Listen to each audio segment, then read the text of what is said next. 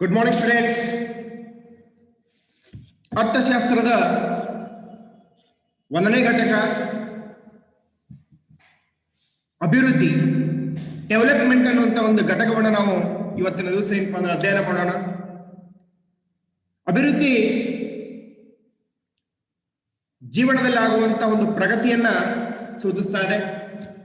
ಅಭಿವೃದ್ಧಿ ಯಾವುದೇ ಕ್ಷೇತ್ರಕ್ಕಾದ್ರೂ ಸಂಬಂಧಪಟ್ಟಿರಬಹುದು. ಇವತ್ತ ಆರ್ಥಿಕ ಕ್ಷೇತ್ರಕ್ಕಾದ್ರೂ ಸಂಬಂಧಪಟ್ಟಿರ್ಬೋದು, ಕೈಗಾರಿಕೆ ಸಂಬಂಧಪಟ್ಟಂತಾಗಿರ್ಬೋದು, ಕೃಷಿ ಆಗಿರ್ಬೋದು, ಅಥವಾ ವ್ಯಕ್ತಿಗಳ ವೈಯಕ್ತಿಕ ಜೀವನಕ್ಕೆ ಸಂಬಂಧಪಟ್ಟಂತದ್ದಾಗಿರ್ಬೋದು. ಸೊ ಯಾವುದೇ ರೀತಿಯಾಗಿರುವಂತಹ ಅಭಿವೃದ್ಧಿ ನಾವೇನಪ್ಪಾ ಅಂದ್ರ ಇಲ್ಲೇ ಕಾಣ್ತಾ ಇದೀವಿ.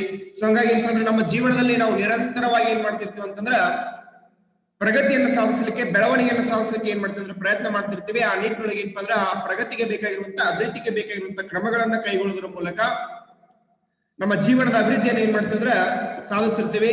ಜೊತೆಗೆ ಏನಪ್ಪಾ ಅಂದ್ರೆ ನಮ್ಮ ಜೀವನದಲ್ಲಿರುವಂತಹ ನಮ್ಮ ಬೇಕಾಗಿರುವಂತಹ ಆಶೋತ್ತರಗಳನ್ನ, ಆಸೆಗಳನ್ನ, ಆಕಾಂಕ್ಷೆಗಳನ್ನ ಏನ್ ಮಾಡ್ತಿದ್ರ ಈಡೇರಿಸಿಕೊಳ್ಳುವಂತ ಉದ್ದೇಶಕ್ಕಾಗಿ ಹೆಚ್ಚಿನ ಪ್ರಮಾಣದಲ್ಲಿ ಈಡೇರಿಸಿಕೊಂಡು ಹಿಂದಿನದಕ್ಕಿಂತಲೂ ಉತ್ತಮವಾಗಿರ್ಲಿಕ್ಕೆ ಏನ್ ಮಾಡ್ತಿದ್ರೆ ಬಯಸ್ತಾ ಇರ್ತೀವಿ. ಅಂದ್ರೆ ನಮ್ಮ ಆಶೋತ್ತರಗಳು ಈಡೇರಿದಂತೆಲ್ಲ, ನಮ್ಮ ಬಯಕೆಗಳು ಈಡೇರಿದಂತೆಲ್ಲ ಏನ್ ಮಾಡ್ತೀವಿ ಅಂದ್ರ ಹಿಂದಿನಕ್ಕಿಂತಲೂ ಏನಪ್ಪ ಉತ್ತಮವಾಗಿರ್ಲಿಕ್ಕೆ ಏನ್ ಮಾಡ್ತಿದ್ರೆ ಬಯಸ್ತಾ ಇರ್ತೀವಲ್ಲ. ಸೊ ಅದೇನಪ್ಪ ಅಭಿವೃದ್ಧಿಯನ್ನು ಸೂಚಿಸ್ತಾ ಇದೆ. ಹಾಗೇನೆ ಯಾವುದೇ ಒಂದು ಅರ್ಥವ್ಯವಸ್ಥೆಯೂ ಕೂಡ ಏನಪ್ಪ ಅಂದ್ರೆ ಜನರಿಗೆ ಲಭ್ಯವಿರುವಂತಹ ಸರಕು ಸೇವೆಗಳ ಪ್ರಮಾಣವನ್ನ ಹೆಚ್ಚಿಸಿ ಆ ಜನರ ಕಲ್ಯಾಣವನ್ನ ಪಡಿಸುವಂತ ಒಂದು ಪ್ರಯತ್ನವನ್ನು ಏನಪ್ಪಾ ಅಂದ್ರೆ ಮಾಡ್ತಿರ್ತಾರೆ. ನೋಡಿ, ಯಾವುದೇ ಅರ್ಥವ್ಯವಸ್ಥೆಯನ್ನು ತೆಗೆದುಕೊಂಡ್ರೆ, ಇವತ್ತ ಭಾರತ ದೇಶದ ಅರ್ಥವ್ಯವಸ್ಥೆಯನ್ನು ತೆಗೆದುಕೊಂಡ್ರೆ, ಭಾರತದ ಅರ್ಥವ್ಯವಸ್ಥೆಯನ್ನು ತೆಗೆದುಕೊಂಡಾಗ ಜನರಿಗೆ ಅವಶ್ಯವಿರುವಂತಹ ಸರಕು ಸೇವೆಗಳ ಪ್ರಮಾಣವನ್ನ ಹೆಚ್ಚಿಸಿ ಅವರ ಆಶೋತ್ತರಗಳನ್ನ ಈಡೇರಿಸಿ ಅವರ ಕಲ್ಯಾಣವನ್ನ ಸಾಧಿಸುವಂತ, ಅವರ ಅಭಿವೃದ್ಧಿಯನ್ನ ಸಾಧಿಸುವಂತ ಅಥವಾ ಅವರ ಕಲ್ಯಾಣವನ್ನ ಉತ್ತಮಪಡಿಸುವಂತ ಪ್ರಯತ್ನವನ್ನು ಏನಪ್ಪ ಅಂದ್ರೆ ಮಾಡ್ತಿರ್ತಾವ. ಅಂದ್ರೆ ಜನರಿಗೆ ಬೇಕಾಗಿರುವಂತಹ ಸರಕು ಸೇವೆಗಳ ಪ್ರಮಾಣವನ್ನ ಹೆಚ್ಚಿಸಿ ಅವರ ಕಲ್ಯಾಣವನ್ನ ಈಡೇರಿಸುವಂತ ಪ್ರಯತ್ನವನ್ನ ನಾವೇನ್ ಮಾಡ್ತಿದ್ರೆ ಕಾಣ್ತಾ ಇದೀವಿ. ಹಾಗೇನೆ ಒಂದು ದೇಶದ ಜನರ ಅಂದ್ರೆ ಒಂದು ದೇಶದಲ್ಲಿರುವಂತ ಎಲ್ಲರ ಆಶೋತ್ತರಗಳನ್ನ ಈಡೇರಿಸುವಂತ ಸಾಮರ್ಥ್ಯವನ್ನ, ಅಂದ್ರ ಒಂದು ದೇಶದ ಎಲ್ಲರ ಆಶೋತ್ತರಗಳನ್ನ ಈಡೇರಿಸುವಂತ ಸಾಮರ್ಥ್ಯವನ್ನ ವಿಸ್ತರಿಸುವಂತ ಒಂದು ಪ್ರಕ್ರಿಯೆ ಏನಂತ ಕರೀಬಹುದು ಅಂದ್ರೆ ಅಭಿವೃದ್ಧಿ ಅಂತ ಕರೀಬಹುದು. ಅಂದ್ರೆ ಯಾವುದೇ ಒಂದು ದೇಶದ ಜನರಲ್ಲಿರುವಂತ ಆಶೋತ್ತರಗಳನ್ನ, ಅಂದ್ರೆ ಜನರ ಆಶೋತ್ತರಗಳನ್ನ ಈಡೇರಿಸುವಂತ ಒಂದು ಸಾಮರ್ಥ್ಯವನ್ನ ಹೆಚ್ಚು ಮಾಡುವಂತ ಅಥವಾ ವಿಸ್ತರಣೆ ಮಾಡುವಂತ ಒಂದು ಪ್ರಕ್ರಿಯೆ ಏನಂತ ಕರಿಬಹುದಪ್ಪ ಅಂದ್ರೆ ಅಭಿವೃದ್ಧಿ ಅನ್ನೋಂತ ಹೆಸರನ್ನು ಏನ್ ಮಾಡುವುದು ಗುರುತಿಸಬಹುದು. ಹಂಗಾಗಿ ಒಂದು ರಾಷ್ಟ್ರದ ಜನರ ಆರ್ಥಿಕ ಆಶೋತ್ತರಗಳನ್ನ ಪೂರೈಸುವಂತಹ ಸಾಮರ್ಥ್ಯವನ್ನು ಹೆಚ್ಚಿಸಿ, ಒಂದು ರಾಷ್ಟ್ರದ ಜನರ ಆರ್ಥಿಕ ಆಶೋತ್ತರಗಳನ್ನ ಪೂರೈಸುವಂತಹ ಸಾಮರ್ಥ್ಯವನ್ನು ಹೆಚ್ಚಿಸಿ ಬಡತನ, ನಿರುದ್ಯೋಗ, ಅಸಮಾನತೆ ಮತ್ತು ಹಣದುಬ್ಬರಗಳಂತಹ ಆರ್ಥಿಕ ಸಮಸ್ಯೆಗಳನ್ನ ನಿಯಂತ್ರಿಸುವುದನ್ನ ನಾವು ಏನಂತ ಕರಿಬಹುದು ಅಂದ್ರೆ ಆರ್ಥಿಕ ಅಭಿವೃದ್ಧಿ ಅಂತ ಕರಿಬಹುದು. ನೋಡಿ, ಆರ್ಥಿಕ ಅಭಿವೃದ್ಧಿ ಅಂತಂದ್ರೆ ಅಭಿವೃದ್ಧಿ ಅಂದ್ರೆ ಗೊತ್ತಾಯ್ತು ಏನ. ಅಭಿವೃದ್ಧಿ ಅಂದ್ರೆ ಒಂದು ದೇಶದ ಎಲ್ಲರ ಆಶೋತ್ತರಗಳನ್ನ ಈಡೇರಿಸುವಂತ ಸಾಮರ್ಥ್ಯವನ್ನ ವಿಸ್ತರಣೆ ಮಾಡುವಂತ ಒಂದು ಪ್ರಕ್ರಿಯೆ ಏನಂತ ಕರೆದ್ರು, ಬರೀ ಅಭಿವೃದ್ಧಿ ಅಂತ ಕರೆದ್ರು. ಹಾಗಾದ್ರೆ ಆರ್ಥಿಕ ಅಭಿವೃದ್ಧಿ ಅಂದ್ರೆ ಏನು ಅಂತಂದ್ರೆ ಒಂದು ರಾಷ್ಟ್ರದ ಜನರ ಆರ್ಥಿಕ ಆಶೋತ್ತರಗಳನ್ನ ಪೂರೈಸುವಂತ ಸಾಮರ್ಥ್ಯವನ್ನು ಹೆಚ್ಚಿಸಿ ಬಡತನ, ನಿರುದ್ಯೋಗ, ಅಸಮಾನತೆ, ಹಣದುಬ್ಬರಗಳಂತ ಆರ್ಥಿಕ ಸಮಸ್ಯೆಗಳನ್ನ ನಿಯಂತ್ರಿಸೋದನ್ನ ನಾವ್ ಏನಂತ ಕರಿಬಹುದು ಅಂದ್ರ ಆರ್ಥಿಕ ಅಭಿವೃದ್ಧಿ ಅನ್ನೋಂತ ಹೆಸರಿಂದ ಏನ್ ಮಾಡ್ತಿದ್ರು ಗುರುತಿಸ್ತೀವಿ. ಅಂದ್ರೆ ಸಿಂಪಲ್ ಆಗಿ ಹೇಳ್ಬೇಕಂದ್ರೆ ಒಂದು ರಾಷ್ಟ್ರದಲ್ಲಿರುವಂತ ಜನರ ಆರ್ಥಿಕ ಆಶೋತ್ತರಗಳನ್ನ ಹೆಚ್ಚಿಸಿ ಆರ್ಥಿಕ ಆಶೋತ್ತರಗಳನ್ನ ಪೂರೈಕೆ ಮಾಡುವಂತಹ ಸಾಮರ್ಥ್ಯವನ್ನು ಹೆಚ್ಚು ಮಾಡಿ ಆ ದೇಶದಲ್ಲಿರುವಂತಹ ಬಡತನ, ನಿರುದ್ಯೋಗ, ಅಸಮಾನತೆ, ಹಣದುಬ್ಬರಗಳಂತ ಆರ್ಥಿಕ ಸಮಸ್ಯೆಗಳನ್ನ ನಿಯಂತ್ರಣ ಮಾಡುವಂತ ಒಂದು ಪ್ರಕ್ರಿಯೆ ಏನಂತ ಕರೆದ್ರಪ್ಪ ಅಂದ್ರೆ ಆರ್ಥಿಕ ಅಭಿವೃದ್ಧಿ ಅನ್ನೋ ಹೆಸರಿಂದ ಏನ್ ಮಾಡ್ತಾರೆ ಅಂದ್ರೆ ಗುರುತಿಸ್ತಾ ಇದ್ದಾರೆ. ಹಂಗಂತಂದ್ರ ಅಭಿವೃದ್ಧಿ ಮತ್ತು ಅನಾಭಿವೃದ್ಧಿ ಅನ್ನುವಂತ ಎರಡು ಪದಗಳಿಲ್ಲಿ. ಅಭಿವೃದ್ಧಿ ಮತ್ತು ಅನಾಭಿವೃದ್ಧಿ. ನೋಡಿ, ಅಭಿವೃದ್ಧಿಯ ಬಗ್ಗೆ ನೋಡ್ಬೇಕಾದ್ರೆ ನಾವು ಅಭಿವೃದ್ಧಿ ಅನ್ನುವಂತ ಪದವನ್ನ ಸಾಮಾನ್ಯವಾಗಿ ನಿತ್ಯದ ಬದುಕಿನೊಳಗೆ ಏನ್ ಮಾಡ್ತೀವಿ ಬಳಸ್ತಾ ಇರ್ತೀವಿ. ಅಂದ್ರೆ ಸಾಮಾನ್ಯವಾಗಿ ಏನಂತಂದ್ರೆ ಬದುಕಿನೊಳಗೆ ನಾವ್ ಏನ್ ಮಾಡ್ತಿದ್ರೆ ಅಭಿವೃದ್ಧಿ ಅನ್ನುವಂತ ಒಂದು ಪದವನ್ನು ಬಳಸ್ತೀವಿ. ಯಾವುದೇ ಒಂದು ಕ್ಷೇತ್ರವನ್ನು ತೆಗೆದುಕೊಳ್ಳಿ ಅಥವಾ ಇಲ್ಲವೇ ಆ ವ್ಯಕ್ತಿಗಳ ಪ್ರಗತಿಯನ್ನ ಸೂಚನೆ ಮಾಡ್ಲಿಕ್ಕೆ ಅಥವಾ ಸೂಚಿಸ್ಲಿಕ್ಕೆ ಏನ್ ಮಾಡ್ತೀವಿ ಅಂದ್ರೆ ಸಾಮಾನ್ಯವಾಗಿ ನಾವ್ ಏನ್ ಬಳಸ್ತೀವಿ ಅಂದ್ರೆ ಅಭಿವೃದ್ಧಿ ಅನ್ನುವಂತ ಒಂದು ಪದವನ್ನ ಬಳಸ್ತಾ ಇದೀವಿ. ನೋಡಿ, ಅಭಿವೃದ್ಧಿ ಎಂಬ ಪದವನ್ನು ನಾವು ಸಾಮಾನ್ಯವಾಗಿ ನಿತ್ಯದ ಬದುಕಿನೊಳಗೆ ಏನ್ ಮಾಡ್ತೀವಿ ಬಳಸ್ತೀವಿ. ಹೆಂಗ್ ಬಳಸ್ತೀವಿ ಅಂದ್ರೆ ಯಾವುದೇ ಒಂದು ಕ್ಷೇತ್ರ ಆಗಿರ್ಬೋದು ಅಥವಾ ಯಾವುದೇ ವ್ಯಕ್ತಿಗಳ ಪ್ರಗತಿಯನ್ನ ಸೂಚಿಸಲಿಕ್ಕೆ ಸಾಮಾನ್ಯವಾಗಿ ಬಳಸಲ್ಪಡುವಂತ ಪದ ಯಾವುದು ಅಂತಂದ್ರೆ ಅಭಿವೃದ್ಧಿ ಅಂತ ಏನ್ ಮಾಡ್ತೀವಿ ಬಳಸ್ತಾ ಇದೀವಿ. ಫಾರ್ ಎಕ್ಸಾಂಪಲ್, ಗ್ರಾಮೀಣ ಅಭಿವೃದ್ಧಿ, ಸಾಮಾಜಿಕ ಅಭಿವೃದ್ಧಿ, ಶೈಕ್ಷಣಿಕ ಅಭಿವೃದ್ಧಿ, ಮಹಿಳಾ ಮತ್ತು ಮಕ್ಕಳ ಅಭಿವೃದ್ಧಿ ಅನ್ನುವಂತ ಪದಗಳನ್ನು ಏನ್ ಮಾಡ್ತೀವಿ ವಿಶೇಷವಾಗಿ ಬಳಸ್ತೀವಿ. ಯಾವುದೇ ಒಂದು ಕ್ಷೇತ್ರ ತೆಗೆದುಕೊಂಡ್ರೆ ಸಾಮಾಜಿಕ ಕ್ಷೇತ್ರ ಆಗಿರ್ಬೋದು, ಆರ್ಥಿಕ ಕ್ಷೇತ್ರ ಆಗಿರ್ಬೋದು, ಶೈಕ್ಷಣಿಕ ಕ್ಷೇತ್ರ ಆಗಿರ್ಬೋದು, ಮಹಿಳಾ ಮತ್ತು ಮಕ್ಕಳ ಅಭಿವೃದ್ಧಿ ಕ್ಷೇತ್ರ ಆಗಿರ್ಬೋದು ಅಥವಾ ವ್ಯಕ್ತಿಗಳಾಗಿರ್ಬೋದು, ಅವುಗಳ ಪ್ರಗತಿಯನ್ನ ಸೂಚಿಸಲಿಕ್ಕೆ ತಿಳಿಸಲಿಕ್ಕೆ ನಾವ್ ಏನ್ ಬಳಸ್ತೀವಪ್ಪ ಅಂತಂದ್ರೆ ಅಭಿವೃದ್ಧಿ ಅನ್ನುವಂತ ಒಂದು ಪದವನ್ನ ಬಳಸ್ತಾ ಇದ್ದೀವಿ. ಹಾಗೇನೆ ಒಂದು ದೇಶದ ಆರ್ಥಿಕ ಚಟುವಟಿಕೆಗಳ ವಿಸ್ತರಣೆಯನ್ನ ನಾವು ಆರ್ಥಿಕ ಅಭಿವೃದ್ಧಿ ಅಂತ ಏನ್ ಮಾಡ್ತೀವಿ ಗುರುತಿಸ್ತೀವಿ. ನೋಡಿ, ಒಂದು ದೇಶದ ಆರ್ಥಿಕ ಅಭಿವೃದ್ಧಿಯು ಅಥವಾ ಒಂದು ದೇಶದ ಆರ್ಥಿಕ ಚಟುವಟಿಕೆಗಳ ವಿಸ್ತರಣೆಯನ್ನ ನಾವು ಆರ್ಥಿಕ ಅಭಿವೃದ್ಧಿ ಅಂತ ಏನ್ ಮಾಡ್ತೀವಿ ಗುರುತಿಸ್ತೇವೆ. ಆದರೆ ಆರ್ಥಿಕ ಅಭಿವೃದ್ಧಿ ಒಂದು ಸಂಕೀರ್ಣವಾಗಿರುವಂತಹ ವಿದ್ಯಮಾನವಾಗಿದ್ದು ಅದನ್ನ ಏನಂತಂದ್ರೆ ಸರಳವಾಗಿ ವ್ಯಾಖ್ಯಾನ ಮಾಡ್ಲಿಕ್ಕೆ ಬರುದಿಲ್ಲ. ಅದು ಸಂಕೀರ್ಣವಾಗಿರುವಂತದ್ದು, ವ್ಯಾಪ್ತಿ ಬಹಳಷ್ಟು ದೊಡ್ಡದಿದೆ, ಅದನ್ನ ಸಾಮಾನ್ಯವಾಗಿ ನಾವು ಏನಾದ್ರು ವ್ಯಾಖ್ಯಾನ ಮಾಡ್ಲಿಕ್ಕೆ ಆಗುದಿಲ್ಲ. ಸೊ ಹಂಗಾಗಿ ಪ್ರೊಫೆಸರ್ ಮೇಯರ್ ಮತ್ತು ಬಾಲ್ಡವಿನ್ ಅವರ ಪ್ರಕಾರ, ಪ್ರೊಫೆಸರ್ ಮೇಯರ್ ಮತ್ತು ಬಾಲ್ಡವಿನ್ ಅವರ ಪ್ರಕಾರ ಆರ್ಥಿಕ ಅಭಿವೃದ್ಧಿ ಅಂದ್ರೆ ಏನಂದ್ರೆ ಒಂದು ರಾಷ್ಟ್ರದ ನೈಜ ವರಮಾನ. ನೋಡಿ, ಒಂದು ರಾಷ್ಟ್ರದ ನೈಜ ರಾಷ್ಟ್ರೀಯ ವರಮಾನವು ದೀರ್ಘಾವಧಿಗೆ ಹೆಚ್ಚಳವಾಗುವಂತ ಪ್ರಕ್ರಿಯೆಗೆ ನಾವು ಏನಂತ ಕರಿಬಹುದು ಅಂದ್ರೆ ಆರ್ಥಿಕ ಅಭಿವೃದ್ಧಿ ಅಂತ ಕರಿತೀವಿ. ನೋಡಿ, ಒಂದು ರಾಷ್ಟ್ರದ ನೈಜ ರಾಷ್ಟ್ರೀಯ ವರಮಾನ ಅದು ದೀರ್ಘಾವಧಿಯವರೆಗೆ 1 ವರ್ಷ ಅಲ್ಲ, 2 ವರ್ಷ ಅಲ್ಲ, 5 ವರ್ಷ ಅಲ್ಲ, 10, 15, 20 ವರ್ಷಗಳ ಕಾಲ ಹೆಚ್ಚಳವಾಗುವಂತ ಪ್ರಕ್ರಿಯೆ ಏನಾಗೈತಪ್ಪ ಅಂದ್ರೆ ಆರ್ಥಿಕ ಅಭಿವೃದ್ಧಿಯಾಗಿದೆ. ಯಾರ ಪ್ರಕಾರ? ಪ್ರೊಫೆಸರ್ ಮೇಯರ್ ಮತ್ತು ಬಾಲ್ಡವಿನ್ನರ ಪ್ರಕಾರ ಒಂದು ರಾಷ್ಟ್ರದ ನೈಜ ರಾಷ್ಟ್ರೀಯ ವರಮಾನ ದೀರ್ಘಾವಧಿಯವರೆಗೆ ಹೆಚ್ಚಳವಾಗುವಂತ ಪ್ರಕ್ರಿಯೆಗೆ ನಾವು ಏನಂತ ಕರಿಬಹುದು ಅಂದ್ರೆ ಆರ್ಥಿಕ ಅಭಿವೃದ್ಧಿ ಅಂತ ಏನ್ ಮಾಡ್ತೀವಿ ಗುರುತಿಸ್ತಾ ಇದೀವಿ. ಹಾಗಾದ್ರೆ ಮೇಯರ್ ಮತ್ತು ಬಾಲ್ಡವಿನ್ನರ ಒಂದು ಆರ್ಥಿಕ ಅಭಿವೃದ್ಧಿಯ ಪ್ರಕ್ರಿಯೆಯು ಏನಪ್ಪ ಅಂದ್ರೆ 3 ಅಂಶಗಳನ್ನು ಹೇಳ್ತಾ ಇದೆ. 3 ಅಂಶಗಳ ಬಗ್ಗೆ ಅಂತ ತಿಳಿಸಿಕೊಡ್ತಾ ಇದೆ. ಯಾವ 3 ಅಂಶಗಳು? ಒಂದು, ಆರ್ಥಿಕ ಅಭಿವೃದ್ಧಿ ಏನಪ್ಪ ಒಂದು ಪ್ರಕ್ರಿಯೆ ಆಗಿದೆ. ಒಂದನೇದೇನಪ್ಪ ಅಂದ್ರೆ ಇದೊಂದು ಪ್ರಕ್ರಿಯೆ. 2, ನೈಜ ರಾಷ್ಟ್ರೀಯ ವರಮಾನದ ಹೆಚ್ಚಳ. ನೋಡಿ, ನೈಜ ರಾಷ್ಟ್ರೀಯ ವರಮಾನದ ಹೆಚ್ಚಳ. 3, ದೀರ್ಘಾವಧಿ ಹೆಚ್ಚಳ. 3, ದೀರ್ಘಾವಧಿ ಹೆಚ್ಚಳ. ಒಂದು, ಆರ್ಥಿಕ ಅಭಿವೃದ್ಧಿ ಏನಪ್ಪಾ ಅಂದ್ರೆ ಒಂದು ಪ್ರಕ್ರಿಯೆ. 2, ನೈಜ ರಾಷ್ಟ್ರೀಯ ವರಮಾನದ ಹೆಚ್ಚಳ. 3, ದೀರ್ಘಾವಧಿ ಹೆಚ್ಚಳ. ಸೊ ಈ 3ಗಳನ್ನ ಏನಪ್ಪಾ ಅಂದ್ರೆ ಈ ಮೇಯರ್ ಬಾಲ್ಡವಿನ್ ಅವರ ಪ್ರಕಾರ ಏನಾಗ್ತಿತ್ತು ಅಂದ್ರೆ ಅಭಿವೃದ್ಧಿಯ ಒಂದು ಸೂಚಕಗಳಂತೂ ಅಥವಾ ಅವರ ಪ್ರಮುಖ ಅಂಶಗಳಂತ ಏನ್ ಮಾಡ್ತಂದ್ರೆ ನೋಡ್ತಾ ಇದೀವಿ. ಸೊ ಹಂಗಂತಂದ್ರ ಆರ್ಥಿಕ ಅಭಿವೃದ್ಧಿ ಒಂದು ಪ್ರಕ್ರಿಯೆ ಆಗಿದೆ. ಹೇಗೆ ನೋಡೋಣ. ಒಂದು ಪ್ರಕ್ರಿಯೆ. ಎಸ್, ಇಲ್ಲಿ ನಾವ್ ಏನಪ್ಪಾ ಅಂದ್ರ ಪ್ರಕ್ರಿಯೆ ಎಂಬ ಪದ ಉತ್ಪಾದನಾಂಗಗಳ ಪೂರೈಕೆ ಮತ್ತು ಸರಕು ಸೇವೆಗಳ ಬೇಡಿಕೆಯಲ್ಲಿರುವಂತ ಬದಲಾವಣೆಗಳನ್ನ ಏನ್ ಮಾಡ್ತಾರೆ ಸೂಚಿಸ್ತಾರೆ. ನೋಡಿ, ಏನಂದ್ರೆ ಪ್ರಕ್ರಿಯೆ ಅನ್ನುವಂತ ಪದ ಏನ್ ಸೂಚಿಸ್ತದಪ್ಪ ಅಂದ್ರೆ ಉತ್ಪಾದನಾಂಗಗಳ ಪೂರೈಕೆ ಮತ್ತು ಸರಕು ಸೇವೆಗಳ ಬೇಡಿಕೆಯಲ್ಲಿರುವಂತ ಬದಲಾವಣೆಗಳು. ಹೆಂಗಂತಂದ್ರೆ ಉತ್ಪಾದನೆ ಆಗಿರುವಂತಂದ್ರೆ ಏನ್ ಮಾಡ್ಬೇಕು? ಪೂರೈಕೆ ಮಾಡ್ಬೇಕು. ಹೆಂಗ ಪೂರೈಕೆ ಮಾಡ್ಬೇಕಂದ್ರೆ ಸರಕು ಸೇವೆಗಳಲ್ಲಿ ಆಗುವಂತಹ ಬೇಡಿಕೆಯಲ್ಲಾಗುವಂತ ಬದಲಾವಣೆಗಳು.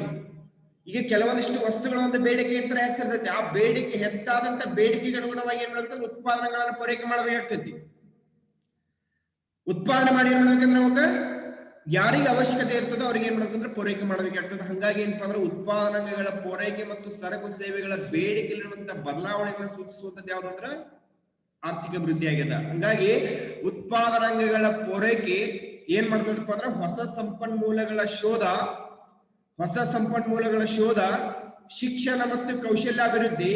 ನೋಡಿ, ಹೊಸ ಸಂಪನ್ಮೂಲಗಳ ಶೋಧ, ಶಿಕ್ಷಣ ಮತ್ತು ಕೌಶಲ್ಯಾಭಿವೃದ್ಧಿ, ಬಂಡವಾಳ ಸಂಚಯನ,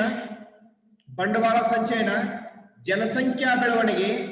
ನೋಡಿ, ಹೊಸ ಸಂಪನ್ಮೂಲಗಳ ಶೋಧ, ಶಿಕ್ಷಣ ಮತ್ತು ಕೌಶಲ್ಯಾಭಿವೃದ್ಧಿ, ಬಂಡವಾಳ ಸಂಚಯನ, ಜನಸಂಖ್ಯಾ ಬೆಳವಣಿಗೆ, ಉತ್ತಮ ತಾಂತ್ರಿಕತೆಯ ಕಾರಣಗಳಿಂದಾಗಿ ಏನಾಗುತ್ತೆ ಅಂದ್ರೆ ಬದಲಾವಣೆ ಆಗ್ತದೆ.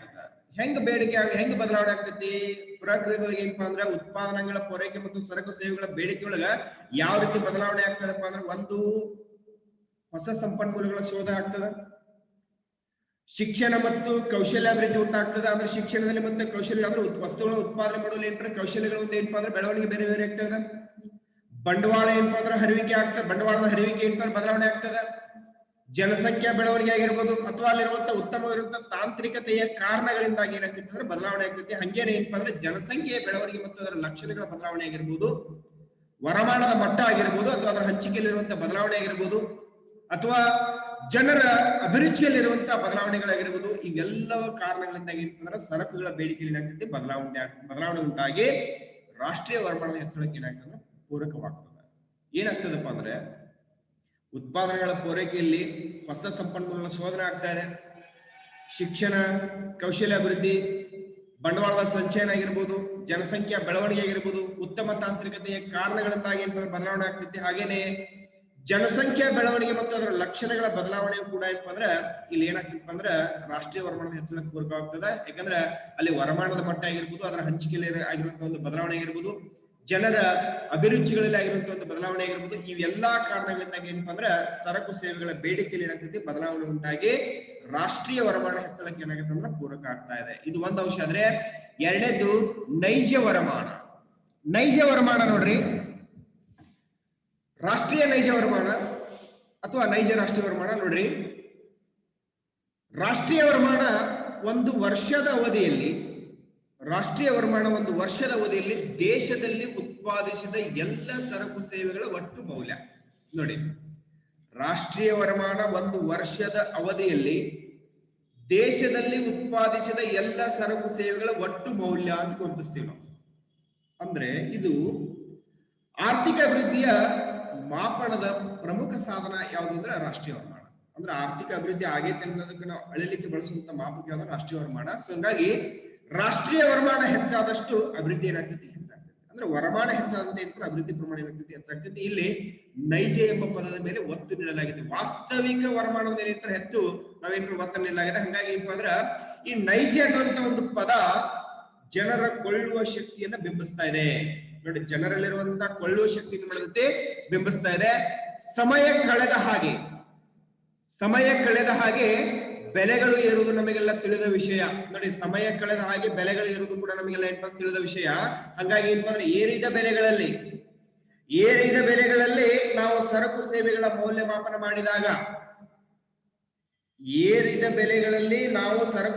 ಮೌಲ್ಯಮಾಪನ ಮಾಡಿದಾಗ ಆ ಮೌಲ್ಯಗಳು ಮತ್ತು ವರಮಾನ ಹೆಚ್ಚಿದಾಗಿ ಅಂತ ತೋರುತ್ತಾ ಇದೆ. ಅಂದ್ರ ಏರಿದ ಬೆಲೆಗಳಲ್ಲಿ ನಾವು ಸರಕು ಸೇವೆಗಳ ಮೌಲ್ಯಮಾಪನ ಮಾಡಿದಾಗ ಆ ಮೌಲ್ಯಗಳು ಮತ್ತು ಅಂತೆಯೇ ಏನಾಗ್ತಿತ್ತು ಅಂದ್ರೆ ವರಮಾನ ಹೆಚ್ಚಿದಾಗಿ ಅಂತ ತೋರುತ್ತದೆ. ಹಂಗಾಗಿ ಹೆಚ್ಚಳದಲ್ಲಿ ಬೆಲೆ ಏರಿಕೆಯ ಪರಿಣಾಮವನ್ನು ಏನ್ ಮಾಡ್ಬೇಕಂದ್ರೆ ಕಳಿಬೇಕಾಗ್ತದೆ. ಅಂದ್ರ ಅಲ್ಲಿ ಆಗಿರುವಂತಹ ಹೆಚ್ಚಳದಲ್ಲಿ ಬೆಲೆ ಏರಿಕೆಯ ಪರಿಣಾಮವನ್ನು ಏನ್ ಮಾಡಬೇಕು ಕಳಿಬೇಕಾಗ್ತದೆ. ಹಂಗಾಗಿ ಬೆಲೆಯ ಬದಲಾವಣೆಗೆ ವರಮಾನವನ್ನು ಹೊಂದಾಣಿಕೆ ಮಾಡಿದಾಗ ನೈಜ ವರಮಾನ ಅಥವಾ ಹಣದ ವಾಸ್ತವಿಕ ಖರೀದಿ ಸಾಮರ್ಥ್ಯ ಏನಾಗ್ತದೆ ನಮ್ಗೆ ದೊರಕ್ತಾ ಇದೆ. ಅಂದ್ರೆ ಬೆಲೆಯ ಬದಲಾವಣೆಗೆ ವರಮಾನವನ್ನು ಹೊಂದಾಣಿಕೆ ಮಾಡಿದಾಗ ನೈಜ ವರಮಾನ ಅಥವಾ ಹಣದ ವಾಸ್ತವಿಕ ಖರೀದಿ ಸಾಮರ್ಥ್ಯ ಏನಾಗ್ತದೆ ದೊರೀತಾ ಇದೆ. ಸೊ ಹೀಗಾಗಿ ಇದು ಅಭಿವೃದ್ಧಿಯನ್ನ ಪೋಷಣೆ ಮಾಡುವಲ್ಲಿ ಬೆಲೆಗಳನ್ನ ಸ್ಥಿರತೆ ಕಾಯ್ದುಕೊಳ್ಳುವಂತ ಅವಶ್ಯಕತೆ ಮಾಡುತ್ತೆ ಸೂಚಿಸ್ತಾ ಇದೆ. ಇದೇನಪ್ಪ ಅಂದ್ರೆ ನೈಜ ರಾಷ್ಟ್ರೀಯ ವರಮಾನ. ಇನ್ನು ದೀರ್ಘಾವಧಿಯ ಹೆಚ್ಚಳ ನೋಡಿ, ಮೇಲೆ ಹೇಳಿದಂತೆ ಅಂದ್ರ ನೈಜ ವರಮಾನ ದೀರ್ಘಾವಧಿಯವರೆಗೆ ಅಂದರೆ 10 ವರ್ಷಗಳಾಗಿರ್ಬೋದು ಅಥವಾ ಅದಕ್ಕಿಂತ ಹೆಚ್ಚಿನ ಅವಧಿಯವರೆಗೆ ಏನಪ್ಪಾ ಅಂದ್ರೆ ಹೆಚ್ಚಳ ಆಗ್ಬೇಕು. ನೈಜ ವರಮಾನ ಹೆಂಗೆ ಇರ್ಬೇಕಂದ್ರೆ ದೀರ್ಘಾವಧಿಯವರೆಗೆ ಅಂದ್ರೆ 10 ವರ್ಷಗಳಾಗಿರ್ಬೋದು ಅಥವಾ ಅದಕ್ಕಿಂತ ಅಧಿಕ ವರ್ಷದವರೆಗೆ ಅಥವಾ ಅಧಿಕ ಅವಧಿಯವರೆಗೆ ಏನಾಗಿರ್ಬೇಕಂದ್ರೆ ಹೆಚ್ಚಾಗಬೇಕು. ಹಂಗಾಗಿ ಅಲ್ಪಾವಧಿಯ ಹೆಚ್ಚಳಗಳು ಏನಪ್ಪ ಅಭಿವೃದ್ಧಿ ಅಂತ ಪರಿಗಣನೆ ಆಗುದಿಲ್ಲ. 1 ವರ್ಷದಲ್ಲಿ 2 ವರ್ಷದಲ್ಲಿ ಆಗಿರುವಂತ ಅಭಿವೃದ್ಧಿ ಏನಪ್ಪಾ ಅಂದ್ರ ಹೆಚ್ಚಳಗಳು ಅಭಿವೃದ್ಧಿ ಅಂತ ಪರಿಗಣನೆ ಆಗುದಿಲ್ಲ. ಅದೇನಾಗ್ಬೇಕಂದ್ರ ದೀರ್ಘಾವಧಿಯವರೆಗೆ ಆಗ್ಬೇಕಾಗಿದೆ. 10 ವರ್ಷಗಳಾಗಿರ್ಬೋದು, 20 ವರ್ಷಗಳಾಗಿರ್ಬೋದು, ಅಥವಾ 30 ಆಗಿರ್ಬೋದು, ಅಥವಾ 50 ವರ್ಷಗಳಾಗಿರ್ಬೋದು. ಅದನ್ನು ಮಾತ್ರ ಏನಂತಾರೆ ಅಭಿವೃದ್ಧಿ ಅಂತ ಪರಿಗಣನೆ ಮಾಡ್ಲಿಕ್ಕೆ ಸಾಧ್ಯವಿದೆ. ಹಂಗಾಗಿ ಏನಪ್ಪಾ ಅಂದ್ರೆ ಬೇಡಿಕೆಯ ಸಂರಚನೆ ಮತ್ತು ಉತ್ಪಾದನೆಗಳ ಪೂರೈಕೆಯಲ್ಲಿರುವಂತಹ ಬದಲಾವಣೆ ನಿರಂತರ ಪ್ರಕ್ರಿಯೆ ಆದಾಗ ಮಾತ್ರ ಅಭಿವೃದ್ಧಿ ಏನಾಗ್ತದೆ ದೀರ್ಘಾವಧಿ ಆಗ್ತದೆ. ಏನಪ್ಪಾ ಅಂದ್ರ ಬೇಡಿಕೆಯ ಸಂರಚನೆ, ಹಾಗೇನೆ ಉತ್ಪಾದನಾಂಗಗಳ ಪೂರೈಕೆಯಲ್ಲಿರುವಂತಹ ಬದಲಾವಣೆಯು ನಿರಂತರ ಪ್ರಕ್ರಿಯೆ ಆದಾಗ ಮಾತ್ರ ಅಭಿವೃದ್ಧಿ ಏನಾಗ್ತದಪ್ಪ ಅಂದ್ರ ದೀರ್ಘಾವಧಿ ಆಗ್ತದ. ಹಂಗಾಗಿ ಈ ದೀರ್ಘಾವಧಿಯ ಪ್ರಕ್ರಿಯೆಯ ಬಗ್ಗೆ ಪ್ರೊಫೆಸರ್ ಕೋಲಿನ್ ಕ್ಲರ್ಕ್ ಅವ್ರು ಏನ್ ಮಾಡ್ತಾರ ಅಂದ್ರ ಕೆಲವೊಂದಷ್ಟು ಅಭಿಪ್ರಾಯಗಳನ್ನು ವ್ಯಕ್ತಪಡಿಸ್ತಾರ.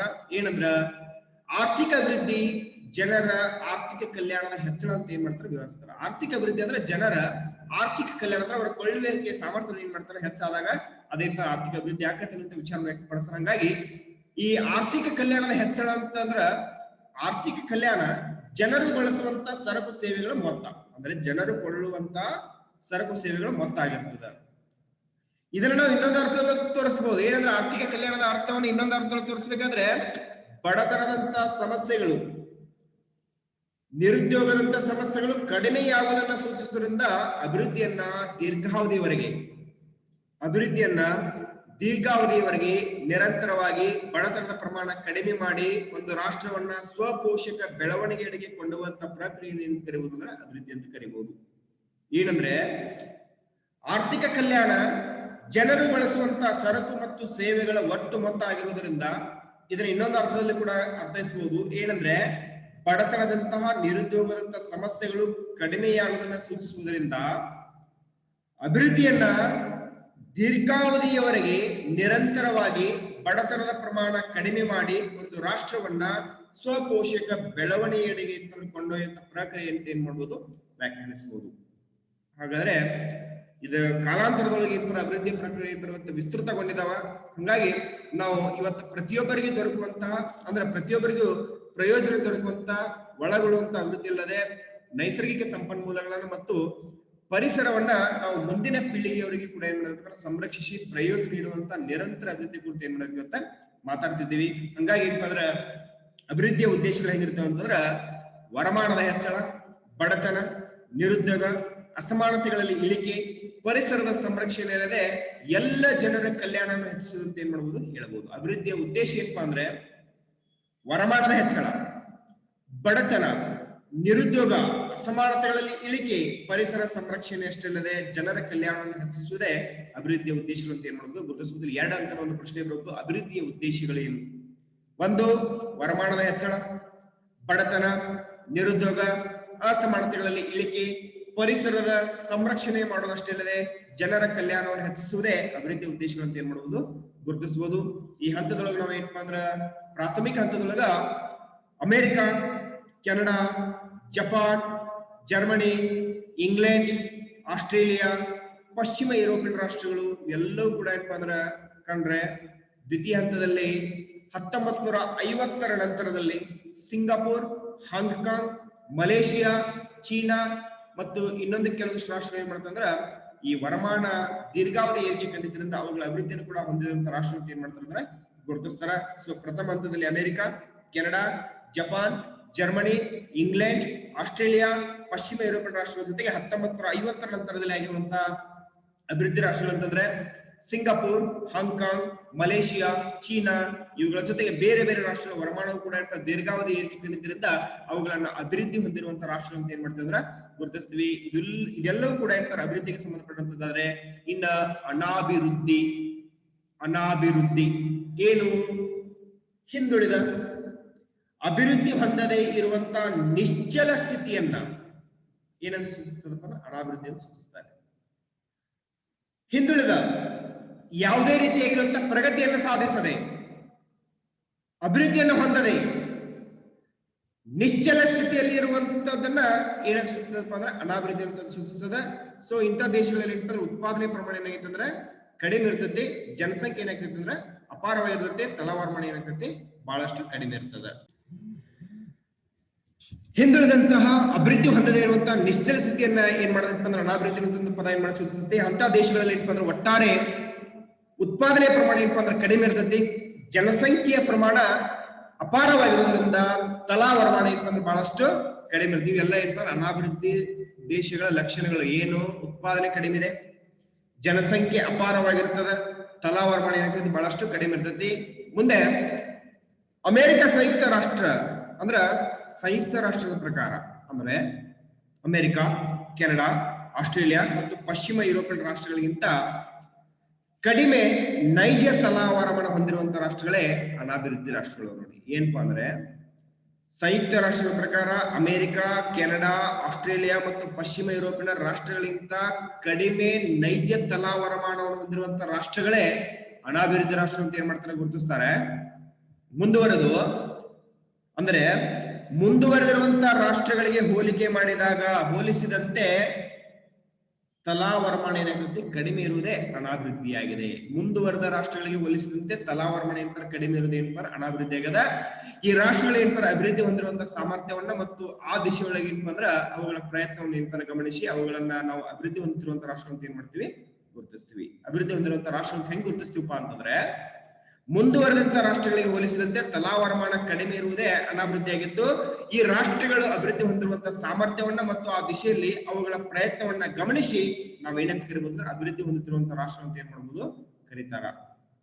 ವಿಶ್ವ ಬ್ಯಾಂಕ್ ತನ್ನ ಜಾಗತಿಕ ಅಭಿವೃದ್ಧಿ ವರದಿಗಳಲ್ಲಿ ಏನಪ್ಪಾ ಅಂದ್ರ ರಾಷ್ಟ್ರಗಳನ್ನ ಅಧಿಕ, ಮಧ್ಯಮ ಮತ್ತು ಕಡಿಮೆ ವರಮಾನ ಹೊಂದಿರುವಂತಹ ರಾಷ್ಟ್ರ ಅಂತ ಏನ್ ಮಾಡುತ್ತೆ ವರ್ಗೀಕರಣ ಮಾಡಿದೆ. ನೋಡಿ ವಿಶ್ವ ಬ್ಯಾಂಕ್ ಏನಪ್ಪಾ ತನ್ನ ಜಾಗತಿಕ ಅಭಿವೃದ್ಧಿ ವರದಿಯಲ್ಲಿ ರಾಷ್ಟ್ರಗಳನ್ನ ಜಗತ್ತಿನಲ್ಲಿರುವಂತಹ ಪ್ರಪಂಚದಲ್ಲಿರುವಂತಹ ರಾಷ್ಟ್ರಗಳೇನಪ್ಪ ಅಧಿಕ, ಮಧ್ಯಮ ಮತ್ತು ಕಡಿಮೆ ವರಮಾನ ಹೊಂದಿರುವಂತಹ ರಾಷ್ಟ್ರಗಳಂತ ಏನ್ ವರ್ಗೀಕರಣ ಮಾಡಿ ಮಧ್ಯಮ ಮತ್ತು ಕಡಿಮೆ ವರಮಾನ ಹೊಂದಿರುವಂತಹ ರಾಷ್ಟ್ರಗಳನ್ನ ಅಭಿವೃದ್ಧಿ ಹೊಂದುತ್ತಿರುವಂತಹ ರಾಷ್ಟ್ರಗಳೆಂದು ಕರೆದದ. ಹಂಗಾಗಿ ಏನಪ್ಪಾ ಅಂದ್ರ ಭಾರತ ಅಭಿವೃದ್ಧಿ ಹೊಂದುತ್ತಿರುವಂತಹ ಒಂದು ಮುಂಚೂಣಿ ರಾಷ್ಟ್ರವಾಗಿದ್ದು 1990ರ ನಂತರದಲ್ಲಿ ಭಾರತದ ವರಮಾನದಲ್ಲಿ ಗಣನೀಯ ಹೆಚ್ಚಳವನ್ನು ಏನಪ್ಪಾ ಅಂದ್ರೆ ಸಾಧಿಸಿದೆ. ಇವತ್ತೇನಪ್ಪಾ ಅಂದ್ರ ಮಧ್ಯಮ ಮತ್ತು ಕಡಿಮೆ ವರಮಾನ ಹೊಂದಿದಂತಹ ರಾಷ್ಟ್ರಗಳನ್ನ ಅಭಿವೃದ್ಧಿ ಹೊಂದುತ್ತಿರುವಂತಹ ರಾಷ್ಟ್ರ ಅಂತ ಏನ್ ಕರೆದ್ರು. ಭಾರತದ ಮಟ್ಟಿಗೆ ಹೇಳ್ಬೇಕಂದ್ರೆ ಭಾರತ ಅಭಿವೃದ್ಧಿ ಹೊಂದುತ್ತಿರುವಂತ ಒಂದು ಮುಂಚೂಣಿ ರಾಷ್ಟ್ರವಾಗಿದೆ. 1990ರ ನಂತರದಲ್ಲಿ ವರಮಾನದೊಳಗೆ ಏನಪ್ಪಾ ಅಂದ್ರ ಗಣನೀಯ ಪ್ರಮಾಣದಲ್ಲಿ ಅಪಾರ ಪ್ರಮಾಣದಲ್ಲಿ ಹೆಚ್ಚಳವನ್ನ ಸಾಧಿಸಿದೆ. ಇವು ಎಲ್ಲವೂ ಕೂಡ ಏನಪ್ಪ ಅಭಿವೃದ್ಧಿ ಮತ್ತು ಅನಾಭಿವೃದ್ಧಿ ರಾಷ್ಟ್ರಗಳ ಒಂದು ಲಕ್ಷಣಗಳು. ಸೊ ನೆಕ್ಸ್ಟ್ ಅಭಿವೃದ್ಧಿಯ ಸೂಚಿಗಳು ಅಂದ್ರೆ ಅಭಿವೃದ್ಧಿಯನ್ನು ಸಾಧಿಸಬೇಕಾದ್ರೆ ಏನನ್ನು ಸೂಚಿಸ್ತಾ ಇದೆ. ಎಸ್, ಅಭಿವೃದ್ಧಿಯ ಸೂಚಿಗಳು. ಹಾಗಾದ್ರೆ ಆರ್ಥಿಕ ಅಭಿವೃದ್ಧಿಯ ಮಾಪನ ಹೇಗೆ? ಹಾಗಾದ್ರೆ ಆರ್ಥಿಕ ಅಭಿವೃದ್ಧಿಯನ್ನು ಮಾಪನ ಮಾಡೋದು ಹೇಗೆ ಅನ್ನೋದ್ರ ಬಗ್ಗೆ ಅರ್ಥಶಾಸ್ತ್ರಜ್ಞರು ಏನ್ ಮಾಡ್ತಾರೆ ಅಂದ್ರ ವರಮಾನವನ್ನೇ ಒಂದು ಮಾನದಂಡವಾಗಿ ಬಳಸಿದಾರೆ. ಇನ್ನು ಕೆಲವೊಂದು ಏನಪ್ಪ ಅಂದ್ರೆ ಆದಾಯೇತರ ಮಾನದಂಡಗಳನ್ನು ಕೂಡ ಬಳಸಿ ಏನ್ ಮಾಡಿದಾರೆ ಅಂದ್ರ ಅಭಿವೃದ್ಧಿ ಸೂಚಿಗಳನ್ನ ಏನಪ್ಪ ಬಳಸಿದಾರೆ. ಹಂಗಾದ್ರ ಅದರ ಒಂದೇದು ಏನಪ್ಪ ಅಂದ್ರ ವರಮಾನ ಸೂಚಿ ಅಂದ್ರೆ ವರಮಾನ ಸೂಚಿಗಳಂತ ಗುರುತಿಸ್ತೀವಿ. ಇಲ್ಲಿ ಬಳಸುವಂತಹ ವರಮಾನ ರಾಷ್ಟ್ರೀಯ ವರಮಾನವಾಗಿದೆ. ಇಲ್ಲಿ ಬಳಸಲ್ಪಡುವಂತ ವರಮಾನ ಏನಾಗಿತ್ತು ಅಂದ್ರೆ ರಾಷ್ಟ್ರೀಯ ವರಮಾನವಾಗಿದೆ. ಇದು ಮೊದಲೇ ತಿಳಿಸಿದ ಹಾಗೆ ರಾಷ್ಟ್ರದಲ್ಲಿ ವಾಸವಾಗಿರುವಂತ ಎಲ್ಲ ಜನರ ಒಟ್ಟು ವರಮಾನವಾಗಿದೆ. ಅಂದ್ರ ಈ ರಾಷ್ಟ್ರದಲ್ಲಿ ವಾಸವಾಗಿರುವಂತ ಎಲ್ಲ ಜನರ ಒಟ್ಟು ವರಮಾನ ಯಾವುದು ಅಂತಂದ್ರೆ ವರಮಾನ ಗುರುತಿಸ್ತೀವಿ. ವರಮಾನ ಹೆಚ್ಚಾದಂತೆ ಅಭಿವೃದ್ಧಿಯ ಮಟ್ಟ ಹೆಚ್ಚಾಗುತ್ತದೆ. ನೋಡಿ, ವರಮಾನ ಅನ್ನೋದು ಏನಂತಾರೆ ರಾಷ್ಟ್ರೀಯ ವರಮಾನವಾಗಿದ್ದು ಇದು ರಾಷ್ಟ್ರದಲ್ಲಿ ವಾಸವಾಗಿರುವಂತ ಎಲ್ಲ ಜನರ ಒಟ್ಟು ವರಮಾನವೇ ರಾಷ್ಟ್ರೀಯ ವರಮಾನ ಆಗಿದೆ. ಹಂಗಾಗಿ ವರಮಾನ ಹೆಚ್ಚಾದಂತೆ, ಆದಾಯ ಹೆಚ್ಚಾದಂತೆ ಅಭಿವೃದ್ಧಿಯ ಮಟ್ಟ ಕೂಡ ಹೆಚ್ಚಾಗ್ತದೆ. ಆದರೆ ರಾಷ್ಟ್ರೀಯ ವರಮಾನದ ಜೊತೆಗೆ ಜನಸಂಖ್ಯೆ ಹೆಚ್ಚಳವು ಕಂಡು ಬಂದರೆ ಜನಸಂಖ್ಯೆ ಹೆಚ್ಚಳವು ಕಂಡು ಬಂದರೆ ಅದು ಆರ್ಥಿಕ ಪ್ರಗತಿಯ ವಾಸ್ತವಿಕ ಚಿತ್ರಣ ನೀಡುವುದಿಲ್ಲ. ಯಾಕಂದ್ರ ನೋಡಿ, ರಾಷ್ಟ್ರೀಯ ವರಮಾನ ಹೆಚ್ಚಾಗ್ಯದ, ಅದರ ಜೊತೆಗೆ ಜನಸಂಖ್ಯೆ ಹೆಚ್ಚಾದ್ರೆ ಆರ್ಥಿಕ ಪ್ರಗತಿಯನ್ನು ಸಾಧಿಸಲಿಕ್ಕೆ ಏನಪ್ಪ ಅಂದ್ರೆ ಆಗುದಿಲ್ಲ. ಅದರ ಪ್ರಗತಿ ವಾಸ್ತವ ಚಿತ್ರಣ ಕೂಡ ನೀಡುವುದಿಲ್ಲ. ಯಾಕಂದ್ರ ವಿಭಿನ್ನ ವರಮಾನ ಮತ್ತು ಜನಸಂಖ್ಯೆಗಳಂತ ರಾಷ್ಟ್ರಗಳ ಅಭಿವೃದ್ಧಿ ಹೋಲಿಕೆ ಮಾಡೋದಕ್ಕೆ ಏನಪ್ಪ ಅಂದ್ರೆ ರಾಷ್ಟ್ರೀಯ ವರಮಾನ ಸೂಕ್ತ ಆಗುದಿಲ್ಲ. ಎಸ್, ಇಲ್ಲೊಂದು ಪ್ರಶ್ನೆ ಬರ್ತಾ ಇದೆ. ವಿಭಿನ್ನ ವರಮಾನ ಮತ್ತು ಜನಸಂಖ್ಯೆಗಳಂತ ರಾಷ್ಟ್ರಗಳ ಅಭಿವೃದ್ಧಿ ಹೋಲಿಕೆ ಮಾಡೋದಕ್ಕೆ ರಾಷ್ಟ್ರೀಯ ವರಮಾನ ಸೂಕ್ತವಾಗುವುದಿಲ್ಲ. ಏಕೆ? ಅದಕ್ಕಾಗಿ ಈ ಸಮಸ್ಯೆಯನ್ನು ಬಗೆಹರಿಸಬೇಕಾದ್ರೆ ತಲಾ ವರಮಾನವನ್ನ ಅಭಿವೃದ್ಧಿಯ ಮಾನದಂಡವಾಗಿ ಏನ್ ಮಾಡೋದು ಸಾಮಾನ್ಯವಾಗಿ ಬಳಸ್ತಾರ. ನೋಡಿ, ಈ ರಾಷ್ಟ್ರೀಯ ವರಮಾನ ಏನಪ್ಪಾ ಅಂದ್ರ ವಿಭಿನ್ನ ವರಮಾನ ಮತ್ತು ಜನಸಂಖ್ಯೆ ಉಳ್ಳಂತ ರಾಷ್ಟ್ರಗಳ ಅಭಿವೃದ್ಧಿಗೆ ಹೋಲಿಕೆ ಮಾಡೋದಕ್ಕೆ ಏನಪ್ಪಾ ಅಂದ್ರೆ ಸೂಕ್ತ ಆಗೋದಿಲ್ಲ. ಹಂಗಾಗಿ ಅದನ್ನ ಸಮಸ್ಯೆಯನ್ನು ಬಗೆಹರಿಸಲಿಕ್ಕೆ ಏನಪ್ಪ ತಲಾ ವರಮಾನವನ್ನು ಏನ್ ಮಾಡ್ತಾರೆ ಅಭಿವೃದ್ಧಿ ಮಾನದಂಡವಾಗಿ ಏನ್ ಮಾಡ್ತಾರೆ ಬಳಸ್ತಾ ಇದ್ದಾರೆ. ತಲಾ ವರಮಾನ ಒಂದು ದೇಶದ ಜನರ ಸರಾಸರಿ ವರಮಾನವಾಗಿದೆ. ತಲಾ ವರಮಾನ ಏನಪ್ಪಾ ಅಂದ್ರೆ ಒಂದು ದೇಶದ ಜನರ ಸರಾಸರಿ ವರಮಾನವಾಗಿದೆ. ರಾಷ್ಟ್ರೀಯ ವರಮಾನವನ್ನ ಒಟ್ಟು ಜನಸಂಖ್ಯೆಯಿಂದ ಭಾಗಿಸಿದಾಗಿ ದೊರಕುವಂತ ಅಂಕಿನೇ ಯಾವುದಂದ್ರೆ ತಲಾ ಆದಾಯ. ಅಂದ್ರೆ ರಾಷ್ಟ್ರೀಯ ವರಮಾನ ಒಟ್ಟು ಜನಸಂಖ್ಯೆಯಿಂದ ಭಾಗಿಸಿದಾಗ ಏನಪ್ಪಾ ಅಂದ್ರೆ ದೊರಕುವಂತ ಅಂಕಿನ ಯಾವಪ್ಪ ಅಂದ್ರೆ ತಲಾ ವರಮಾನ ಅಂತ ಹೇಳ್ತೀವಿ. ಇಲ್ಲಿ ಒಂದು ಎಕ್ಸಾಂಪಲ್ ಅನ್ನ 2016ರಲ್ಲಿ ಭಾರತದ ತಲಾ ವರಮಾನ ಏನಪ್ಪಾ ಅಂದ್ರೆ 1,21,603 ಅಂತ ಏನ್ ಮಾಡಿದ್ರು ಲೆಕ್ಕ ಹಾಕಿದ್ರು. ಅದು ಜಾಗತಿಕ ಸರಾಸರಿ ವರಮಾನದ 15ರಷ್ಟು ಏನಪ್ಪಾ ಅಂದ್ರೆ ಕಂಡು ಬರ್ತಾ ಇದೆ. ಅಂದ್ರೆ ಆ ವರ್ಷದ ಒಟ್ಟು ವರಮಾನವಾದಂತ 1,42,86,557 ಕೋಟಿ ರೂಪಾಯಿಗಳನ್ನ 121.6 ಕೋಟಿ ಜನಸಂಖ್ಯೆಯಿಂದ ಭಾಗಿಸಿದಾಗ ಬಂದಂತ ಸಂಖ್ಯೆ ಯಾವಪ್ಪ ಅಂದ್ರೆ 1,21,630. ಹಿಂಗಾಗಿ ರಾಷ್ಟ್ರೀಯ ವರಮಾನದಲ್ಲಿ 7ನೇ ಸ್ಥಾನದಲ್ಲಿರುವಂತಹ ಭಾರತ ತಲಾ ವರಮಾನದಲ್ಲಿ 143 ಸ್ಥಾನದಲ್ಲಿದೆ. ತಲಾ ವರಮಾನ ಒಂದು ಬಹು ಜನಪ್ರಿಯ ಮಾನದಂಡವಾಗಿದ್ದರೂ ಕೂಡ ಅದೇನ್ ಮಾಡತೈತಿ, ಜನರ ನಡುವೆ ಇರುವಂತ ವರಮಾನದ ಹಂಚಿಕೆಯನ್ನು ತೋರ್ಸಂಗಿಲ್ಲ. ನೋಡಿ, ತಲಾ ವರಮಾನ ಒಂದು ಬಹು ಜನಪ್ರಿಯ ಮಾನದಂಡವಾಗಿದ್ದರೂ ಕೂಡ ಅದು ಜನರ ನಡುವಿನ ವರಮಾನ ಹಂಚಿಕೆ ಏನಪ್ಪಾ ಅಂದ್ರೆ ತೋರಿಸೋದಲ್ಲ. ಅಲ್ಲದೆ ಅದು ಆಹಾರ, ವಸತಿ, ಶಿಕ್ಷಣ, ಆರೋಗ್ಯ, ಇತರ ಸಾಮಾಜಿಕ ಅಂಶಗಳ ಲಭ್ಯತೆ ಏನ್ ಮಾಡತ್ತಿಲ್ಲ, ಪರಿಗಣಿಸುವುದಿಲ್ಲ. ನೋಡಿ ಏನಪ್ಪಾ ಅಂದ್ರೆ ತಲಾ ವರಮಾನ ಒಂದು ಬಹು ಜನಪ್ರಿಯ ಮಾನದಂಡವಾಗಿದ್ದರೂ ಕೂಡ ಅದು ಜನರ ನಡುವಿರುವಂತ ವರಮಾನದ ಹಂಚಿಕೆಯನ್ನು ತೋರ್ಸಂಗಿಲ್ಲ. ಹಂಗಾಗಿ ಅದು ಆಹಾರ, ವಸತಿ, ಶಿಕ್ಷಣ, ಆರೋಗ್ಯ, ಇತರ ಸಾಮಾಜಿಕ ಅಂಶಗಳ ಲಭ್ಯತೆಯನ್ನು ಕೂಡ ಪರಿಗಣಿಸುವುದಿಲ್ಲ. ಹಂಗಾಗಿ ಆರ್ಥಿಕ ಅಭಿವೃದ್ಧಿಯನ್ನ ಸೂಕ್ತವಾಗಿ ಎಳೆಯಬಹುದಂತ ಪರ್ಯಾಯ ಮಾಪನಗಳ ರಚನೆಗೆ ತಜ್ಞರು ಏನ್ ಮಾಡ್ತಿದಾರೆ, ಪ್ರಯತ್ನಿಸಿದಾರ. ಹಂಗಾಗಿ ಏನಪ್ಪಾ ಅಂದ್ರೆ ಈ ಮಾನವ ಅಭಿವೃದ್ಧಿ ಸೂಚ್ಯಂಕ ಕೂಡ ಅದರಲ್ಲಿ ಮಹತ್ವದ ಏನ್ ಮಾಡ್ತೀವಿ, ಗುರುತಿಸ್ತೀವಿ. ಹಾಗಾದ್ರೆ ಮಾನವ ಅಭಿವೃದ್ಧಿ ಸೂಚಿಗಳು, ಎಸ್ ಗೊತ್ತಿರಲಿ. ಆರ್ಥಿಕ ಪ್ರಗತಿಯ ಮುಖ್ಯವಾದ ಉದ್ದೇಶ, ಆರ್ಥಿಕ ಅಭಿವೃದ್ಧಿಯ ಮುಖ್ಯವಾದ ಉದ್ದೇಶ ಏನು ಅಂದ್ರೆ ಜನರ ಕಲ್ಯಾಣವನ್ನ ಹೆಚ್ಚಿಸುವುದಾಗಿದೆ. ಅದನ್ನ ಒಪ್ಕೊಳ್ಬೇಕು ಕೂಡ. ಹಂಗಾಗಿ ಏನಪ್ಪಾ ಅಂದ್ರ ಜನರಿಗೆ ಗಣತಿಯುತ ಜೀವನ ನಡೆಸಲಿಕ್ಕೆ ಸಹಾಯ ಮಾಡಬೇಕು. ಅಭಿವೃದ್ಧಿ ಅನ್ನೋದು ಏನ್ ಮಾಡ್ಬೇಕಂತಂದ್ರೆ ಜನರಿಗೆ ಏನ್ ಮಾಡ್ಬೇಕು, ಗಣತಿಯುತ ಜೀವನ ನಡೆಸಲಿಕ್ಕೆ ಅಂತ ಸಹಾಯ ಮಾಡಬೇಕು. ಅಭಿವೃದ್ಧಿ ಕನಿಷ್ಠ ಅವಶ್ಯಕತೆಗಳಿರುವಂತಹ ಆಹಾರ, ವಸತಿ, ಬಟ್ಟೆ, ಶಿಕ್ಷಣ, ಆರೋಗ್ಯ, ಸಾಮಾಜಿಕ ಭದ್ರತೆ, ಶುದ್ಧ ಕುಡಿಯುವ ನೀರು, ಶುದ್ಧ ಗಾಳಿ, ಸ್ವಚ್ಛ ಪರಿಸರದ ಒದಗಿಸುವಿಕೆ ಏನ್ ಮಾಡದೈತಿ, ಸೂಚಿಸ್ತಾ ಇದೆ. ಏನ್ ಮಾಡೋದಪ್ಪ ಅಂದ್ರೆ ಕನಿಷ್ಠ ಅವಶ್ಯಕತೆಗಳಿರುವಂತಹ ಆಹಾರ, ವಸತಿ, ಬಟ್ಟೆ, ಶಿಕ್ಷಣ, ಆರೋಗ್ಯ, ಸಾಮಾಜಿಕ ಭದ್ರತೆ, ಶುದ್ಧ ಕುಡಿಯುವ ನೀರು, ಶುದ್ಧ ಗಾಳಿ ಮತ್ತು ಸ್ವಚ್ಛ ಪರಿಸರದ ಒದಗಿಸುವಿಕೆ ಏನ್ ಮಾಡದೈತಿ, ಸೂಚಿಸುತ್ತೆ. ಹಿಂಗಾಗಿ ವರಮಾನದ ಹೆಚ್ಚಳದಿಂದ ಮಾತ್ರ ಇವೆಲ್ಲವೂ ಕೂಡ ಸಾಧ್ಯವಾಗದಿರಬಹುದು. ವರಮಾನ ಹೆಚ್ಚಾತಂದ್ರ ಇವೆಲ್ಲವೂ ಕೂಡ ಸಾಧ್ಯವಾಗದಿರಬಹುದು. ಸೊ ಹಂಗಾಗಿ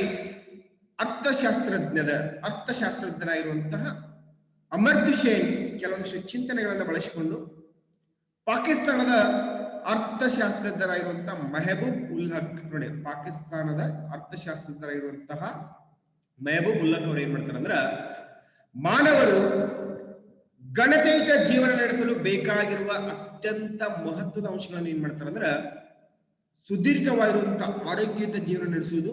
ನೋಡಿ, ಮಾನವರು ಗಣತಯುತ ಜೀವನ ನಡೆಸಲು ಬೇಕಾಗಿರುವ ಅತ್ಯಂತದ ಮಹತ್ವದ ಅಂಶಗಳನ್ನ ಸುದೀರ್ಘವಾದ ಆರೋಗ್ಯಯುತ ಜೀವನ ನಡೆಸುವುದು, ಜ್ಞಾನವಂತರಾಗುವುದು ಮತ್ತು ಜೀವನಕ್ಕೆ ಅವಶ್ಯವಿರುವಂತಹ ಕನಿಷ್ಠ ಸೌಲಭ್ಯಗಳನ್ನು ಕಡಿಸಲು ಅವಶ್ಯವಿರುವಂತಹ ವರಮಾನದ ಪ್ರಮಾಣ ಹೊಂದುವುದು ಅಂತ ತಿಳಿಸ್ತಾರೆ. ಏನಂದ್ರೆ ಮಾನವರು ಗಣತಯುತ ಜೀವನ ನಡೆಸಲು ಬೇಕಾಗಿರುವ ಅತ್ಯಂತ ಮಹತ್ವದ ಅಂಶಗಳನ್ನ ಸುದೀರ್ಘವಾದ ಆರೋಗ್ಯಯುತವಾದ ಜೀವನ ನಡೆಸುವುದು, ಜ್ಞಾನವಂತರಾಗುವುದು ಮತ್ತು ಜೀವನಕ್ಕೆ ಅವಶ್ಯವಿರುವ ಕನಿಷ್ಠ ಸೌಲಭ್ಯಗಳನ್ನು ಖರೀದಿಸಲು ಅವಶ್ಯವಿರುವಂತಹ ವರಮಾನದ ಪ್ರಮಾಣ ಹೊಂದುವುದು ಅಂತ ತಿಳಿಸ್ತಾರ. ಅದನ್ನ ಅಮರ್ತ್ಯ ಸೇನ್ ಅವರು ಹೇಳ್ತಾರೆ ಅಂದ್ರೆ ಮಾನವ ಅಭಿವೃದ್ಧಿ ಅಂತ ಕರೆದ್ರು. ಅಮರ್ತ್ಯ ಸೇನ್ ದೃಷ್ಟಿಯೊಳಗೆ ಏನಂದ್ರ ಮಾನವ ಅಭಿವೃದ್ಧಿ ಅಂತಂದ್ರೆ ಏನಂದ್ರೆ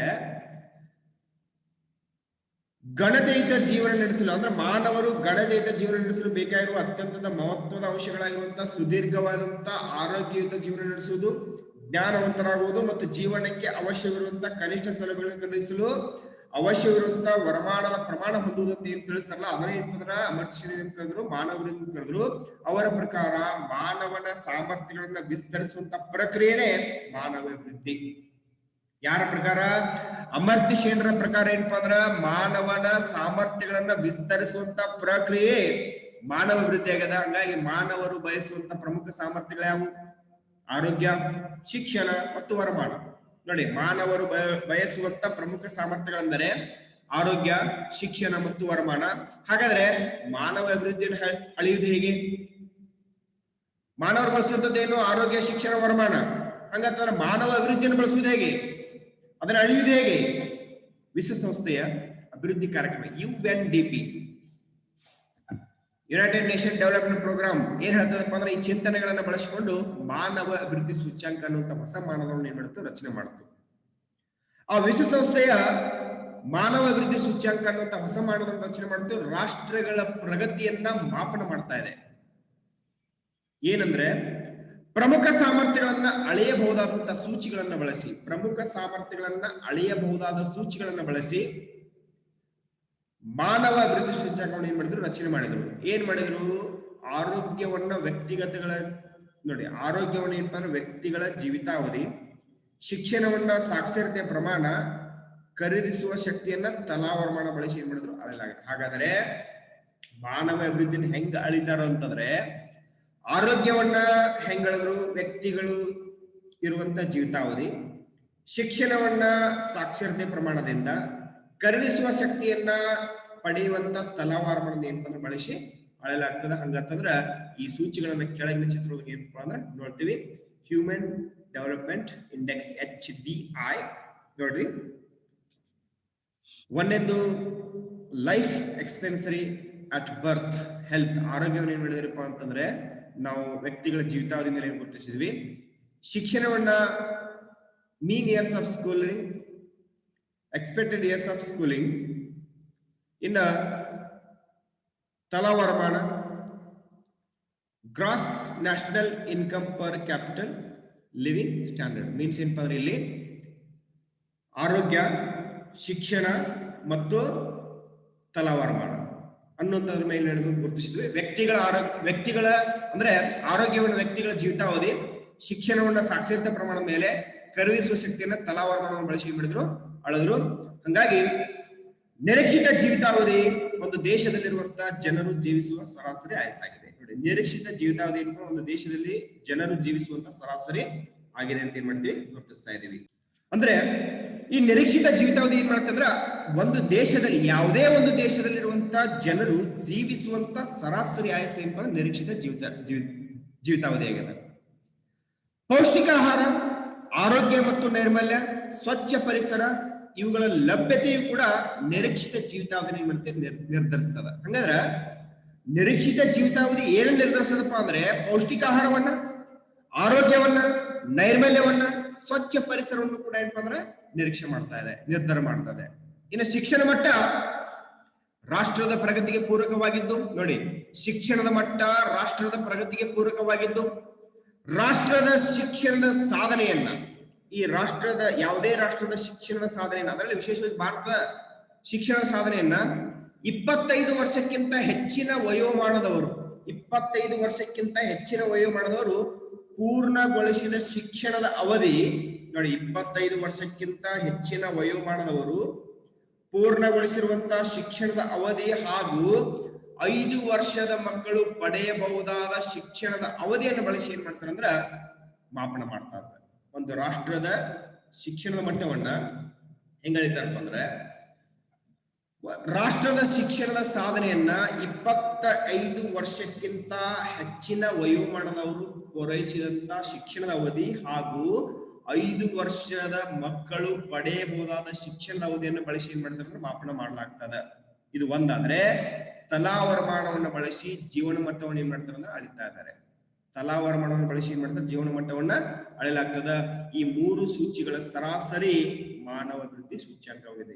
ಯಾವುದು? ವ್ಯಕ್ತಿಗಳ ನಿರೀಕ್ಷಿತ ಜೀವಿತಾವಧಿ, ಶಿಕ್ಷಣದ ಮಟ್ಟ, ತಲಾವರ್ಮಾನ ಇವುಗಳನ್ನು ಬಳಸಿ ಏನ್ ಮಾಡ್ತಾರಪ್ಪ ಅಂದ್ರೆ ಮಾನವ ಅಭಿವೃದ್ಧಿ ಏನ್ ಮಾಡ್ತಾರೆ ಸೂಚ್ಯಾಂಕವನ್ನ ಅಳಿತಾ ಇದ್ದಾರೆ. ಇದು ಮಾನವ ಅಭಿವೃದ್ಧಿ ಸೂಚಿಗಳು. ಇನ್ನು ಎರಡನೇದು ಏನಪ್ಪಾ ಅಂದ್ರ ಭಾರತದ ಮಾನವ ಅಭಿವೃದ್ಧಿಯ ಪ್ರಗತಿ. ಭಾರತದ ಮಾನವ ಅಭಿವೃದ್ಧಿ ಪ್ರಗತಿ, ಹ್ಯೂಮನ್ ಡೆವಲಪ್ಮೆಂಟ್ ಇಂಡೆಕ್ಸ್. ಸೊ ಈ ರೀತಿಯಾಗಿ ನಾವು ಲೆಕ್ಕ ಹಾಕಿರುವಂತಹ ಸೂಚ್ಯಾಂಕವನ್ನು ಬಳಸಿಕೊಂಡು ಪ್ರತಿಯೊಂದು ಸೂಚಿಯ ಪ್ರಗತಿಯನ್ನಲ್ಲದೆ ಒಟ್ಟಾರೆ ಸೂಚ್ಯಾಂಕದ ಪ್ರಗತಿಯನ್ನು ಕೂಡ ಅಳಿಬಹುದಾಗಿದೆ. ಹಂಗಾಗಿ ರಾಷ್ಟ್ರಗಳ ನಡುವಿನ ಮಾನವ ಅಭಿವೃದ್ಧಿ ಏನಪ್ಪಾ ಅಂದ್ರ ನೋಡಿ, ರಾಷ್ಟ್ರಗಳ ನಡುವಿನ ಮಾನವ ಅಭಿವೃದ್ಧಿ ಪ್ರಗತಿ ಏನಪ್ಪಾ ಅಂದ್ರೆ ತುಲನೆ ಮಾಡಿದಾಗ 2014ರಲ್ಲಿ ಭಾರತದ ಮಾನವ ಅಭಿವೃದ್ಧಿ ಸೂಚ್ಯಾಂಕ 0.586 ಇತ್ತು. ನೋಡಿ 2014ರಲ್ಲಿ ಭಾರತದ ಮಾನವ ಅಭಿವೃದ್ಧಿ ಸೂಚ್ಯಂಕ 0.586 ಇತ್ತು. ಹಾಗೂ ಲೆಕ್ಕ ಹಾಕಿದಾಗ 187 ರಾಷ್ಟ್ರಗಳ ಪೈಕಿ 135 ಸ್ಥಾನಗಳನ್ನು ಭಾರತ ಪಡೆದಿತ್ತು. ಅಂದ್ರೆ ಇದನ್ನ ಲೆಕ್ಕ ಹಾಕಿದಾಗ 187 ರಾಷ್ಟ್ರಗಳ ಪೈಕಿ ಭಾರತ ಸ್ಥಾನ ಎಷ್ಟಿತ್ತಪ್ಪ ಅಂದ್ರೆ 135 ಇತ್ತು. ಹಾಗಾಗಿ ಭಾರತ UNDP ಯ ವರ್ಗೀಕರಣದ ಅನುಸಾರ ಭಾರತ ಏನಪ್ಪಾ ಅಂದ್ರೆ UNDP ಯ ವರ್ಗೀಕರಣದ ಅನುಸಾರ ಮಧ್ಯಮ ಮಟ್ಟದ ಮಾನವ ಅಭಿವೃದ್ಧಿ ಹೊಂದಿರುವಂತಹ ರಾಷ್ಟ್ರಗಳ ಸಮೂಹದಲ್ಲಿ ಏನಪ್ಪಾ ಭಾರತ ಬರ್ತಾ ಇದೆ. ಅಂದ್ರೆ ಭಾರತ ಏನಪ್ಪಾ ಅಂದ್ರೆ UNDP ವಿಶ್ವಸಂಸ್ಥೆಯ ಒಂದು ಅಭಿವೃದ್ಧಿಯ ಸೂಚ್ಯಂಕದ ಪ್ರಕಾರ ಮಧ್ಯಮ ಮಟ್ಟದ ಮಾನವ ಅಭಿವೃದ್ಧಿ ಹೊಂದಿರುವಂತಹ ರಾಷ್ಟ್ರಗಳ ಪಟ್ಟಿಯೊಳಗ ಭಾರತ ಏನಪ್ಪಾ ಅಂದ್ರೆ ಬರ್ತಾ ಇದೆ. ಇಲ್ಲಿ ಚಿತ್ರ 2ರಲ್ಲಿ ಸೂಚಿಸುವಂತೆ 2012ರಲ್ಲಿ ನೋಡಿ 2012ರೊಳಗ ಮಾನವ ಅಭಿವೃದ್ಧಿ ಸೂಚ್ಯಂಕ 0.554 ಇತ್ತು. ಯಾವಾಗ 2005ರೊಳಗ ಮಾನವ ಅಭಿವೃದ್ಧಿ ಸೂಚ್ಯಂಕ 2012ರೊಳಗೆ ಭಾರತದ ಮಾನವ ಅಭಿವೃದ್ಧಿ ಸೂಚ್ಯಂಕ 0.554 ಇತ್ತು. 186 ರಾಷ್ಟ್ರಗಳ ಪೈಕಿ 136ನೇ ಸ್ಥಾನದಲ್ಲಿತ್ತು.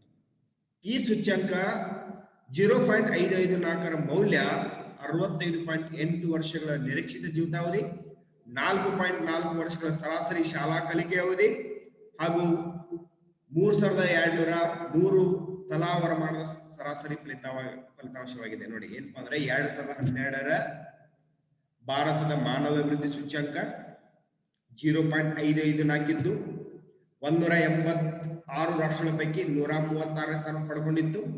ಯಾವಾಗ 2012ರೊಳಗ ಈ ಸೂಚ್ಯಂಕದ ಪ್ರಕಾರ 0.554ರ ಮೌಲ್ಯ 65.8 ವರ್ಷಗಳ ನಿರೀಕ್ಷಿತ ಜೀವಿತಾವಧಿ, 4.4 ವರ್ಷಗಳ ಸರಾಸರಿ ಶಾಲಾ ಕಲಿಕೆ ಅವಧಿ ಹಾಗೂ 3203 ರೂಪಾಯಿಗಳಷ್ಟು ತಲಾವರಮಾನದ ಸರಾಸರಿ ಫಲಿತಾಂಶವಾಗಿದ್ದು 1989 ಮತ್ತು 2012ರ ಅವಧಿಯಲ್ಲಿ ಮಾನವ ಅಭಿವೃದ್ಧಿಯ ಎಲ್ಲ ಅಂಶಗಳಿಂದ ಸುಧಾರಣೆ ಹೊಂದಿದ್ದು.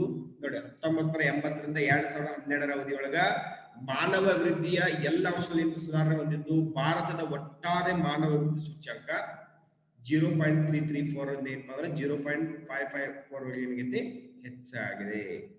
ಅಂದ್ರೆ ಭಾರತದ ಒಟ್ಟಾರೆ ಮಾನವ ಅಭಿವೃದ್ಧಿ ಸೂಚ್ಯಂಕ 0.334ರಿಂದ 0.554 ಏರಿಕೆಯಾಗಿದೆ. ಆದರೆ ಮೊದಲ 10 ರಾಷ್ಟ್ರಗಳ ಸಾಧನೆಯನ್ನು ಗಮನಿಸಿದಾಗ ಭಾರತ ಸಾಧಿಸಬೇಕಾಗಿರುವಂತದ್ದು ಏನಪ್ಪಾ ಅಂದ್ರೆ ಬಹಳಷ್ಟು ಇದೆ. ಅಂದ್ರೆ ಮೊದಲನೇ 10 ರಾಷ್ಟ್ರಗಳ ಸಾಧನೆಯನ್ನು ಗಮನಿಸಿದಾಗ ಭಾರತ ಏನಪ್ಪ ಇನ್ನೂ ಬಹಳಷ್ಟು ಏನಪ್ಪಾ ಅಂದ್ರೆ ಸಾಧಿಸಬೇಕಾಗಿದೆ. ಸೊ ಇವೆಲ್ಲವೂ ಕೂಡ ಏನಪ್ಪಾ ಅಂದ್ರೆ ಈ ಮಾನವ ಅಭಿವೃದ್ಧಿಯ ಪ್ರಗತಿ ಏನಪ್ಪಾ ಅಂದ್ರೆ 2014ರಲ್ಲಿ ಭಾರತದ ಮಾನವ ಅಭಿವೃದ್ಧಿ ಸೂಚ್ಯಂಕ 0.586 ಅಷ್ಟಿತ್ತು. ಲೆಕ್ಕ ಹಾಕಲಾಗಿರುವಂತಹ 187 ರಾಷ್ಟ್ರಗಳ ಪೈಕಿ 135 ಸ್ಥಾನವನ್ನು ಭಾರತ ಪಡ್ಕೊಂಡಿತ್ತು. UNDP ಯ ಪ್ರಕಾರ UNDP ಏನ್ ಮಾಡ್ತು, ಈ ಮಾನವ ಅಭಿವೃದ್ಧಿಯನ್ನು ಮಾಡ್ತು ವರ್ಗೀಕರಣ ಅನುಸಾರ ಮಧ್ಯಮ ಮಟ್ಟದ ಮಾನವ ಅಭಿವೃದ್ಧಿ ಹೊಂದಿರುವಂತಹ ರಾಷ್ಟ್ರಗಳಲ್ಲಿ ಭಾರತ ಏನಾಯ್ತು ಸೇರ್ಪಡೆ ಆಯ್ತು.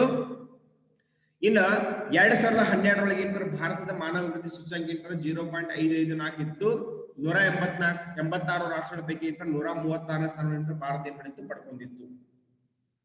ಆದ್ರೆ ಈ ಸೂಚ್ಯಂಕ 0.554ರ ಮೌಲ್ಯ 65.8 ವರ್ಷಗಳ ನಿರೀಕ್ಷಿತ ಜೀವಿತಾವಧಿಯನ್ನು ಕೊಟ್ರೆ 4.4 ಸರಾಸರಿ ಶಾಲಾ ಕಲಿಕೆ ಅವಧಿಯನ್ನು ಕೊಡ್ತು. 3203 ರೂಪಾಯಿಗಳ ತಲಾವರಮಾನದ ಒಂದು ಸರಾಸರಿ ಫಲಿತಾಂಶ ಏನ್ ಮಾಡ್ತಂದ್ರೆ ಕೊಡ್ತು. 1980ರಿಂದ 2012ರ ಅವಧಿ ಒಳಗ ಮಾನವ ಅಭಿವೃದ್ಧಿಯ ಎಲ್ಲ ಅಂಶಗಳಿಂದ ಸುಧಾರಣೆ ಕಂಡಿದ್ದು. ಒಟ್ಟಾರೆ ಅಂದ್ರೆ ಭಾರತದ ಒಟ್ಟಾರೆ ಮಾನವ ಅಭಿವೃದ್ಧಿ ಸೂಚ್ಯಂಕ 0.334ದಿಂದ 0.554 ಏನಾಗಿತ್ತು ಅಂದ್ರೆ ಏರಿಕೆ ಆಗಿದೆ. ಎಲ್ಲವನ್ನ ಗಮನಕ್ಕೆ ತೆಗೆದುಕೊಂಡಾಗ ಈ ಮೊದಲ 10 ರಾಷ್ಟ್ರಗಳನ್ನ ಗಮನಿಸಿದಾಗ ಭಾರತದ ಸಾಧನೆ ಮಾಡಬೇಕಾಗಿದೆ ಅಂತ ಬಹಳಷ್ಟು ಕಂಡುಬರುತ್ತೆ. ಇಲ್ಲಿ ಚಿತ್ರದಲ್ಲಿ ತೋರಿಸುವಂತೆ ನೋಡಿ ಅವರ ಬೇರೆ ಬೇರೆ ದೇಶಗಳ ಒಂದು ಅಭಿವೃದ್ಧಿ ಸೂಚ್ಯಂಕವನ್ನು ಏನ್ ಕೊಟ್ಟಿದ್ದಾರೆ. ಮಾನವ ಅಭಿವೃದ್ಧಿ ಸೂಚ್ಯಂಕವನ್ನ ನಾರ್ವೆ ಟಾಪ್ 10 ರಾಷ್ಟ್ರಗಳದಾವಿಲ್ಲ 2012 ಟಾಪ್ 10 ರಾಷ್ಟ್ರಗಳು. Norway 0.955, Australia 0.938, USA United States of America 0.937, Netherland 0.921, Germany 0.920, New Zealand 0.919, Sweden 0.916, Ireland 0.916, Switzerland 0.913, Japan 0.912. ಅಂದ್ರೆ ಮೊದಲ 10 ಟಾಪ್ ರಾಷ್ಟ್ರಗಳು ಏನಪ್ಪ ಅಂದ್ರೆ ಮಾನವ ಅಭಿವೃದ್ಧಿ ಸೂಚ್ಯಂಕವನ್ನು ಏನ್ ಮಾಡಿದ್ರು ಇಲ್ಲೇ ಕಂಡಿದಾವ. ಇಲ್ಲಿ ನಮ್ಮ ರಾಷ್ಟ್ರದ ಸೂಚ್ಯಂಕವನ್ನು ಕೊಟ್ಟಿದ್ದಾರೆ.